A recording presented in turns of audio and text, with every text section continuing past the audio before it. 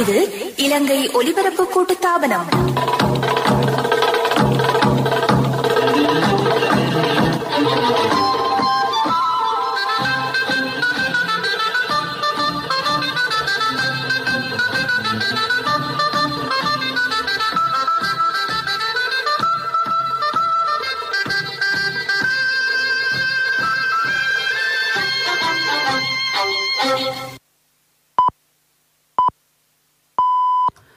நேரம் 12:45.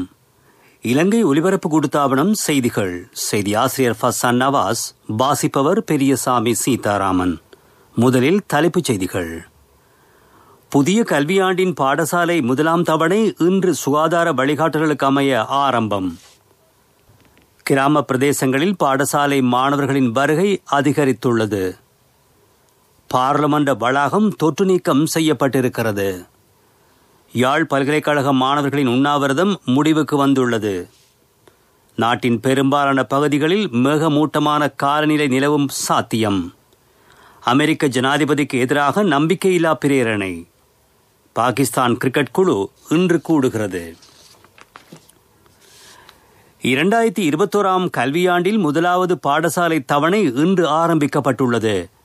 மேல் மாகாணம் உட்பட தனிமைப்படுத்தப்பட்ட பிரதேசங்கள் தவிர்ந்த ஏனைய பகுதிகளில் கற்பித்தல் நடவடிக்கைகள் ஆரம்பிக்கப்பட்டுள்ளதாக கல்வி அமைச்சு அறிவித்துள்ளது.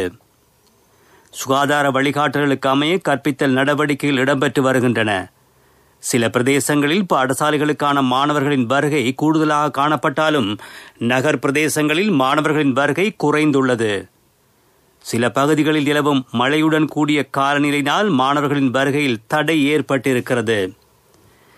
இதேவேளை நுவரெலியா மாவட்டத்தின் 5 கல்வி வலயங்களில் உள்ள பாடசாலைகளிலும் கற்பித்தல் நடவடிக்கைகள் ஆரம்பிக்கப்பட்டுள்ளன.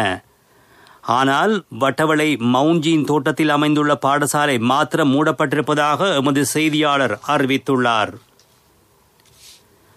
பார்லமெண்ட் உறுப்பினர்கள் சிலருக்கு கொரோனா தொற்று ஏற்பட்டதைத் தொடர்ந்து முழு பார்லமெண்ட் வளாகமும் தொற்று நீக்கம் செய்யப்பட்டுள்ளது. கொரோனா தொற்றுக்கு உள்ளான 2 கடந்த 8ஆம் தேதி பார்லமெண்டத்திற்கு சென்றுள்ளமை உறுதிப்படுத்தப்பட்டுள்ளது.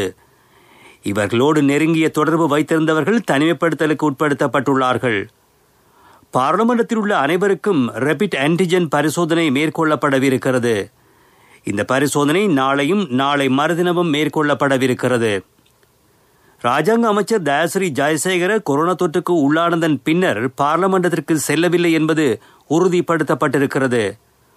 அமைச்சர் வாசுதேவ நாணயக்கார மற்றும் பார்லமெண்ட் உறுப்பினர் ரவுஃப் ஹக்கீம் ஆகியோருக்கும் கொரோனா தொற்று ஏற்பட்டுள்ளமை உறுதிப்படுத்தப்பட்டிருக்கிறது. மற்றும் ஒரு அதிகாரிக்கும் கொரோனா தொற்று ஏற்பட்டுள்ளமை உறுதிப்படுத்தப்பட்டுள்ளது. யாழ்ப்பாண பல்கலைக்கழகத்தின் நினைவு தூபி அகற்றப்பட்டமைக்கு எதிர்ப்பு தெரிவித்து பல்கலைக்கழக மாணவர்கள் ஆரம்பித்திருந்த உண்ணாவிரதம் இன்று காலை முடிவடைந்தது. உபவேந்தர் பேராசிரியர் எஸ். ஸ்ரீ சர்க்குணராஜாவுக்கும் மாணவர்களுக்கும் இடையில் இடம்பெற்ற பேச்சுவார்த்தையை தொடர்ந்து இந்த தீர்மானம் மேற்கொள்ளப்பட்டிருக்கிறது. பல்கலைக்கழக வளாகத்தில் எந்த ஒரு ஆர்ப்பாட்டமும் தற்சமயம் இடம்பெறவில்லை. நாட்டுக்கு தேவையான சமாதானத்தை ஏற்படுத்த இளம் மாணவர் சமூகம் நடவடிக்கை எடுக்கும் என்று பல்கலைக்கழக மானியங்கள் ஆணைக்குழுவின் தலைவர் பேராசிரியர் சம்பத் அமரதுங்க தெரிவித்துள்ளார். கிழக்கு மாகாணத்தில் கொரோனா தொற்றுக்கு உள்ளானவர்களின் எண்ணிக்கை 1624 வரை அதிகரித்திருப்பதாக மாகாண சுகாதார சேவைகள் பணிமனை அறிவித்திருக்கிறது. கடந்த 12 மணித்தியாலங்களில் 60 நோயாளர்கள் கிழக்கு மாகாணத்தில் அடையாளம் காணப்பட்டுள்ளார்கள். கிழக்கு மாகாணத்தில் இதுவரை 10 கொரோனா மரணங்கள் இடம்பெற்றிருக்கின்றன. ஜனாதிபதி, பிரதமர் ஆகியோரின் வழிகாட்டலின் கீழ் கிராமிய பொருளாதாரத்தை மேம்படுத்துவதற்கான திட்டங்கள் வெற்றிகரமாக முன்னெடுக்கப்பட்டு வருவதாக அமைச்சர் டக்ளஸ் தேவானந்தா தெரிவித்துள்ளார். வறுமை ஒழிப்பு தொடர்பான ஜனாதிபதி செயல் அணியின் தலைவர் பசில் ராஜபக்சவின் வழிகாட்டலுக்கு இதற்கு கிடைத்ததாகவும் அவர் கூறினார். யாழ் மாநகர சபைக்கு ஈழ மக்கள் ஜனநாயக கட்சி அதன் ஆதரவை வழங்கியதாகவும் மக்கள் நலன் கருதி இந்த தீர்மானம் எடுக்கப்பட்டதாகவும் அவர் குறிப்பிட்டுள்ளார். எமது நிலையத்தில் இன்று காலை இடம்பெற்ற விடியும்பேளை நிகழ்ச்சியில் அவர் இது பற்றி கருத்து வெளியிட்டார். தமிழ் தேசிய கூட்டமைப்பு மக்களை தொடர்ந்து ஏமாற்றி வருவதாக நிகழ்ச்சியில் கலந்து கொண்ட முன்னாள் பாராளுமன்ற உறுப்பினர் பொடியப்பு பியசேன சுட்டிக்காட்டினார். நீங்கள் கேட்டுக்கொண்டிருப்பது இலங்கை ஒலிபரப்பு கூட்டுத்தாபனத்தின் செய்திகள்.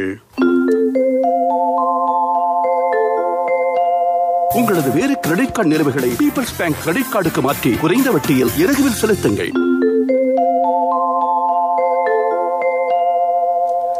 நாட்டில் நேற்று 16,206 PCR பரிசோதனைகள் மேற்கொள்ளப்பட்டுள்ளன. இதில் 543 பேருக்கு கொரோனா தொற்று ஏற்பட்டுள்ளமை உறுதிப்படுத்தப்பட்டுள்ளது. இதன் மூலம் கொழும்பு மாவட்டத்தில் 217 கொரோனா நோயாளர்களும், கம்பகா மாவட்டத்தில் 85 நோயாளர்களும், ஏனைய மாவட்டங்களிலிருந்து 194 பேரும் இனம் காணப்பட்டுள்ளார்கள். நாடளாவிய ரீதியில் உள்ள 73 தனிமைப்படுத்தல் மத்திய நிலையங்களில் 5,967 பேர் தனிமைப்படுத்தலுக்கு உட்படுத்தப்பட்டுள்ளார்கள். கோவிட் வைரஸ் பரவலை அரசியல் மயப்படுத்தக்கூடாது என்று ராஜாங்க அமைச்சர் ஷெஹான் சேமசிங்க தெரிவித்துள்ளார். எதிர்க்கட்சியினர் பல்வேறு காரணங்களை முன்வைத்து குழம்பிய குட்டைக்குள் மீன்பிடிக்க முயன்று வருவதாகவும் அவர் குற்றம் சாட்டியுள்ளார். எதிர்க்கட்சியின் சந்தர்ப்பவாத அரசியலை மக்கள் அடையாளம் கண்டிருப்பதாகவும் அவர் குறிப்பிட்டுள்ளார். பொலித்தீன் பிளாஸ்டிக் பாவனை தடைக்கு மாற்றீடு ஒன்றை அறிமுகம் செய்ய அரசாங்கம் தயாராகிறது. நேனோ தொழில்நுட்பம் இதற்காக பயன்படுத்தப்படும். உரிய காலப்பகுதியில் பிளாஸ்டிக், பொலித்தீன் என்பன தடை செய்யப்படவிருக்கின்றன. இதற்கு மாற்றீடாக நேனோ தொழில்நுட்பத்தின் மூலம் புதிய வேலை திட்டம் அமுல்படுத்தப்படவிருக்கிறது. உங்களது வேறு கிரெடிட் கார்டு நிலுவைகளை பீப்பிள்ஸ் பேங்க் கிரெடிட் கார்டுக்கு மாற்றி குறைந்த வட்டியில் மாதாந்த தவணை கொடுப்பனவாக இலகுவில் செலுத்துங்கள். மேலதிக தகவல்களுக்கு peoplesbank.lk இணையத்தை நாடுங்கள். பிரதான செய்தி வழங்குவோர் ஒவ்வொரு வீட்டிலும் இருக்க வேண்டிய வீட்டு வைத்தியர் சித்தாலேப. தனிமைப்படுத்தல் சட்டத்தை மீறி செயல்பட்ட 34 பேர் கடந்த 24 மணித்தியாலங்களில் கைது செய்யப்பட்டுள்ளார்கள். இதில் முகக்கவசம் அணியாதவர்களும் சமூக இடைவெளியை பேணாதவர்களும் அடங்குகிறார்கள். இந்த சட்டத்தை மீறி செயற்பட்ட 2,415 பேர் கடந்த 30ஆம் திகதி முதல் இதுவரை கைது செய்யப்பட்டமை குறிப்பிடத்தக்கது.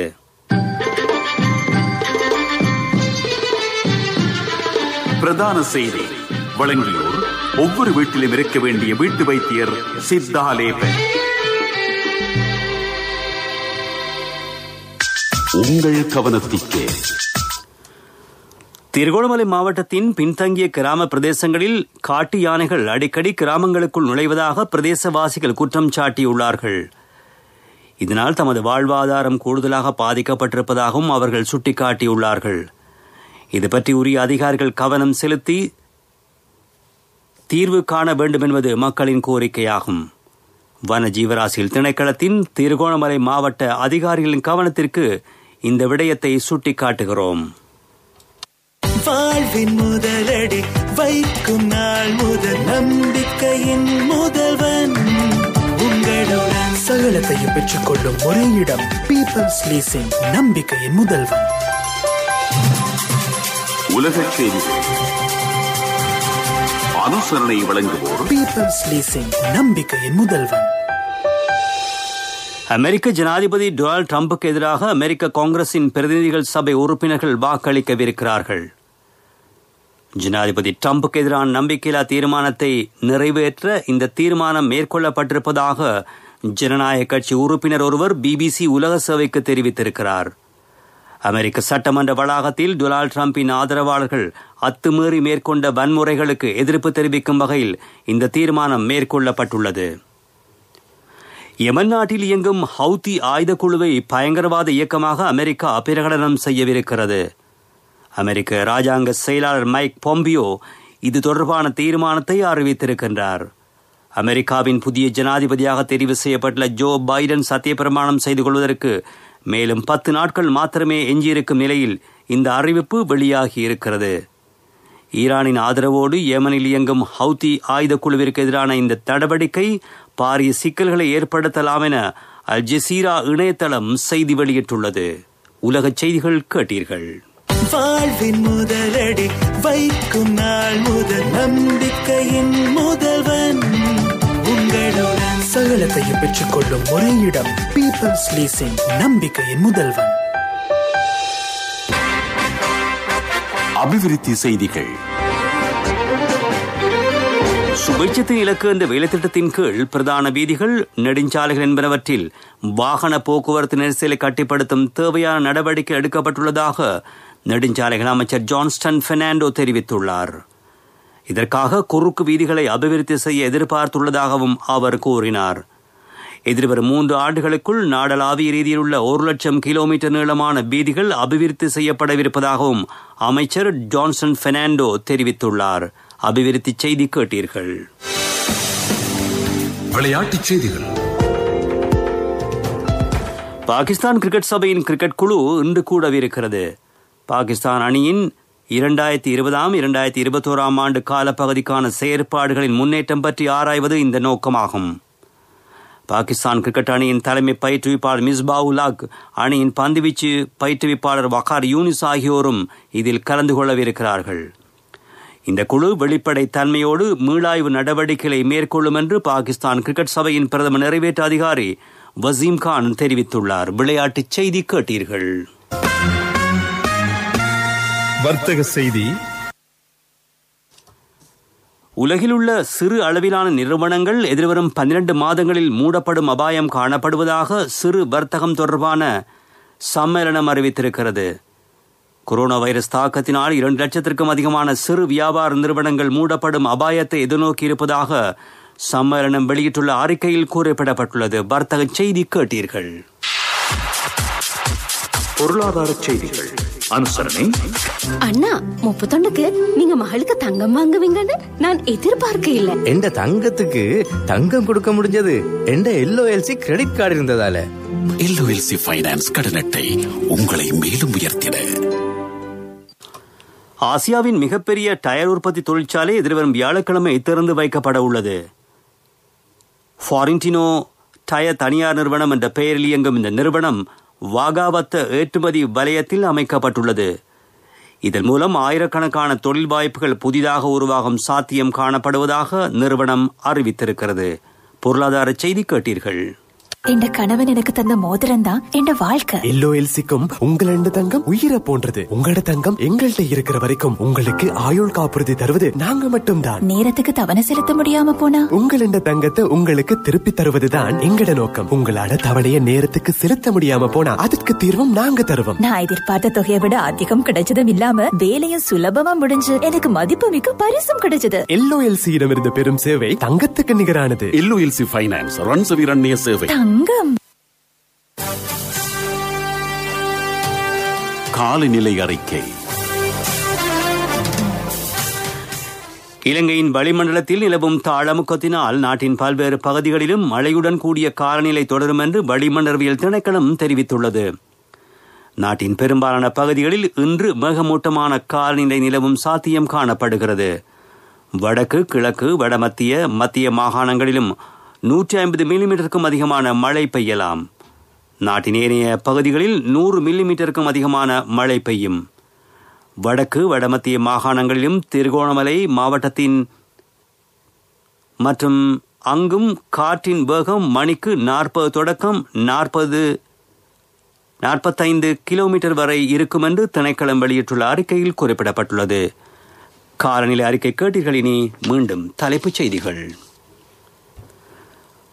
புதிய கல்வியாண்டின் பாடசாலை 1ஆம் தவணை இன்று சுகாதார வழிகாட்டலுக்கு அமைய ஆரம்பம். கிராம பிரதேசங்களில் பாடசாலை மாணவர்களின் வருகை அதிகரித்துள்ளது. பாராளுமன்ற வளாகம் தொற்று நீக்கம் செய்யப்பட்டிருக்கிறது. யாழ் பல்கலைக்கழக மாணவர்களின் உண்ணாவிரதம் முடிவுக்கு கொண்டு வந்தப்பட்டுள்ளது. நாட்டின் பெரும்பாலான பகுதிகளில் மேகமூட்டமான காலநிலை நிலவும் சாத்தியம். அமெரிக்க ஜனாதிபதிக்கு எதிராக நம்பிக்கையில்லா பிரேரணை. பாகிஸ்தான் கிரிக்கெட் குழு இன்று கூடுகிறது. இத்துடன் செய்திகள் முடிவடைந்தன.